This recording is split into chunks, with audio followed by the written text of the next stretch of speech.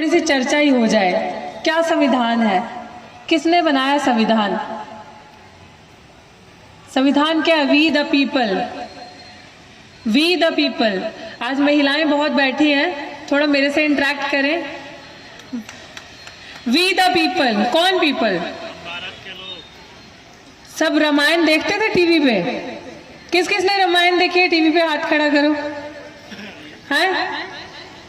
नहीं देखते? Very good. बचपन में देखिए हैं? अच्छा, तांत्रिक के बारे में सुना है? हैं? किसी धम्म गुरु, तांत्रिक, धम्म नहीं, धर्म गुरु सुना है? उन्होंने बनाया संविधान है? नहीं ना? तो फिर वी द पीपल मतलब हम भारत के लोग। तो संविधान किसका हुआ? हमारा हुआ। किसने बनाया? हमने बनाया। किसके हाथों से बना? हमारे हाथों से बना। और वो एक निर्माता, एक लीडर कौन था? डॉक्टर बाबा साहेब भीमराव अंबेडकर। किसका लीडर था? किसका नेता था? हमारा नेता था। किसका क्लेम है? हमारा क्लेम है पहले।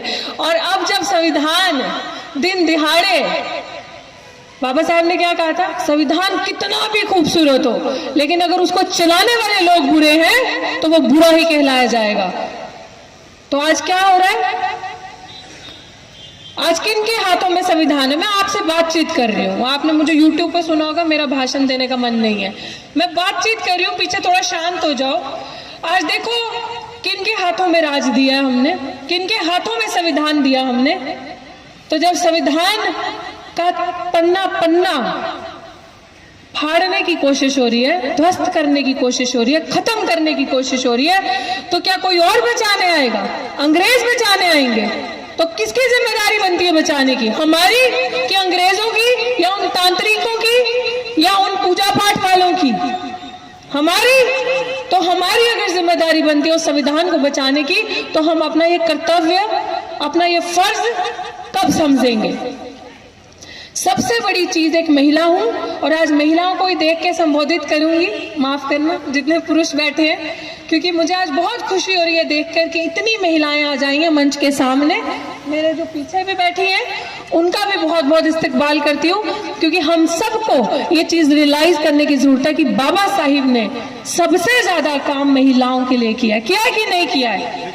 किया है। आप समझ रहे हैं ना सत्ता में कौन बैठा है? जो संविधान को खत्म करना चाहते हैं। वो तो कभी हमारे है ही नहीं।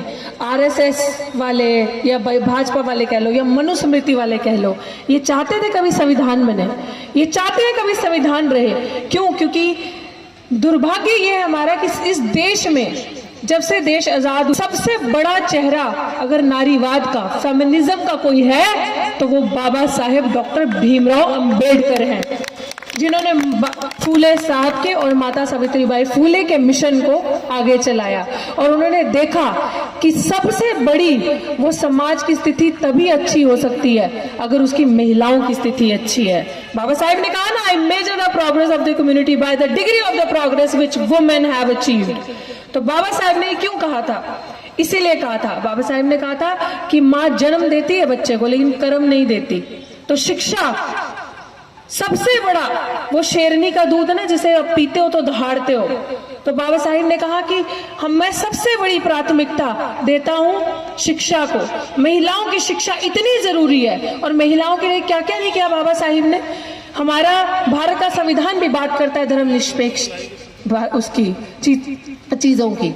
तो आप ये सोचिए कि जब बाबा साहिब ने पूरे हिंदू सभा, पूरे लोग, पूरे जितने भी लोग उस मीटिंग में थे, सब अगेंस्ट हो गए कि ये तो हमारी संस्कृति के खिलाफ आप कैसी बात कर रहे हैं। जब बाबा साहिब महिलाओं की राइट्स की बात कर रहे थे, तो बाबा साहिब ने हमें क्या नहीं दिया? क्या बाबा साहिब ने देखा ये दलित की महिला है, बच्ची है, ये महिला आदिवासी की है, ये ओबीसी समाज की है, ये मैं इन सब के लिए करूंगा? नहीं।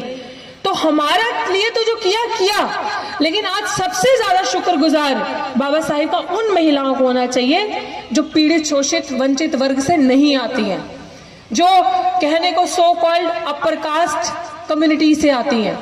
क्योंकि आपके लिए मनुस्मृति में गुलामी थी, आपको मनुस्मृति के हिसाब से द्वितीय दर्जे का नागरिक भी नहीं समझा जाता था, जूती के बराबर समझा जाता था, बराबरी तो दूर की बात छोड़ दीजिए। तो बाबा साहेब सबसे अड़ के लड़ गए और तो आपके सम्मान के लिए, एक महिला के सम्मान के लिए बाबा साहेब ने क्या क्या नहीं किया। आपको इक्वल वेज मिले, मतलब जितना पुरुष को सैलरी मिलती है उतनी आपको सैलरी मिले, बाबा साहेब ने इंश्योर किया। अगर आप गर्भवती हैं तो मैटरनिटी लीव मिले आपको, बाबा साहेब ने इंश्योर किया। बाबा साहेब ने ये देखा कि अगर कोई महिला कि अगर बच्चा पैदा नहीं हो सकता है तो अब वो बच्चा गोद ले सकते हैं, ये बाबा साहिब ने आपको दिया। ये एक वर्ग की महिलाओं को नहीं दिया, सभी वर्ग की महिलाओं को दिया। अब सर उठा के सम्मान से बाहर जाएं, कंधे से कंधा मिला के एक पुरुष के साथ खड़ी हुए और बात करें, ये सम्मान बाबा साहिब ने आपको दिया। आज इस मंच पे अगर एक महिला वंचित शोषित दलित समाज की बैठी है तो ये समानता का अधिकार हमारे महापुरुषों ने हमारे लड़ाई लड़ी और बाबा साहेब भीमराव अम्बेडकर ने दिया, ये उस संविधान ने दिया हमें अधिकार। तो आप सोचिए कि आप सब मुझे बताएं कि आपने, मैं बार बार हर महफिल में ये बात कहती हूँ, आज भोपाल आई हूँ, भोपाल के लोगों से भी रूबरू होंगे और ये बात कहूंगी कि आपने कभी किसी मंदिर की पुजारी को महिला देखा है?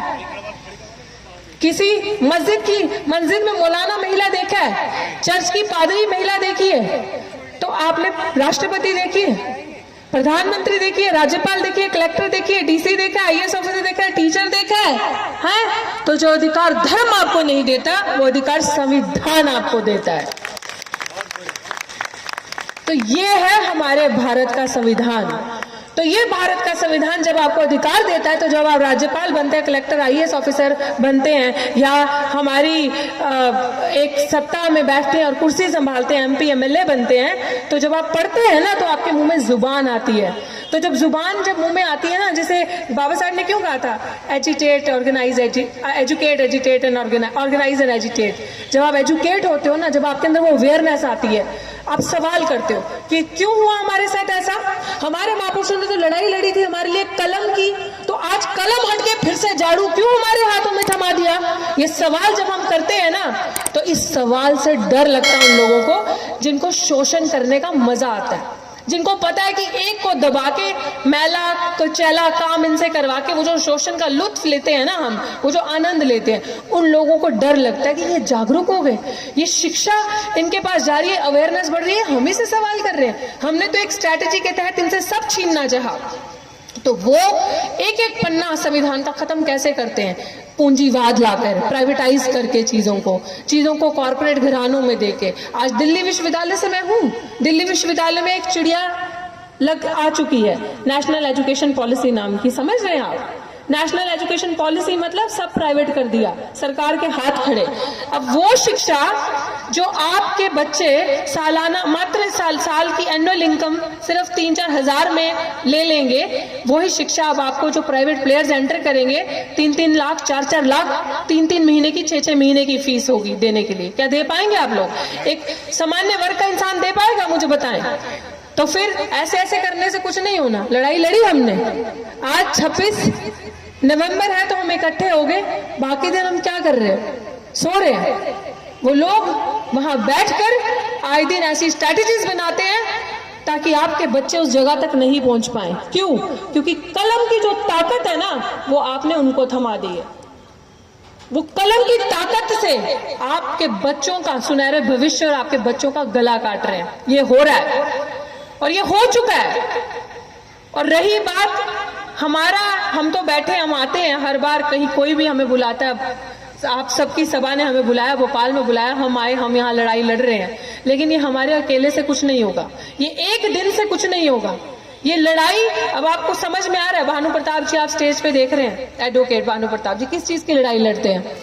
देश में एक आवाज है जो अकेली ईवीएम की लड़ाई लड़ रही है। क्या है ईवीएम? ईवीएम क्या है आपको पता है? ईवीएम एक ऐसी मशीन है जिस देश में बनी है उस देश में बैन हो चुकी है। ये भी तो एजुकेशन है। हम कब एजुकेटेड होंगे? हम कब समझेंगे कि इसका विरोध भी हमें करना है? क्योंकि हम वोट का अधिकार जो बाबा साहिब ने हम सबको दिलाया लड़के, वो जो वोट का अधिकार जो आपको राजा बनाता है, आप किंग मेकर हैं, आपके वोट का अधिकार एक रंक को उस कुर्सी पे बिठाकर राजा बनाता है। उस वोट की चोरी हो रही है। सबसे कीमती वो वोट का अधिकार है। आपको बातें बोरिंग लग रही होंगी ये शायद, लेकिन आप इस चीज को रियलाइज करना घर जाकर कि हम लोगों को तो लगता है कि चलो जाकर सोकर उठे, चलो वोट ही तो देना, जाकर दबाकर आ गए। वो जो सूट बूट पहनकर बाबू चुनाव से पहले एक दिन आपको दिखते हैं, वो बाकी दिन नहीं दिखते। वो 4 साल 5 साल आपको नहीं दिखेंगे। हम उनको वो वोट देकर आ जाते हैं।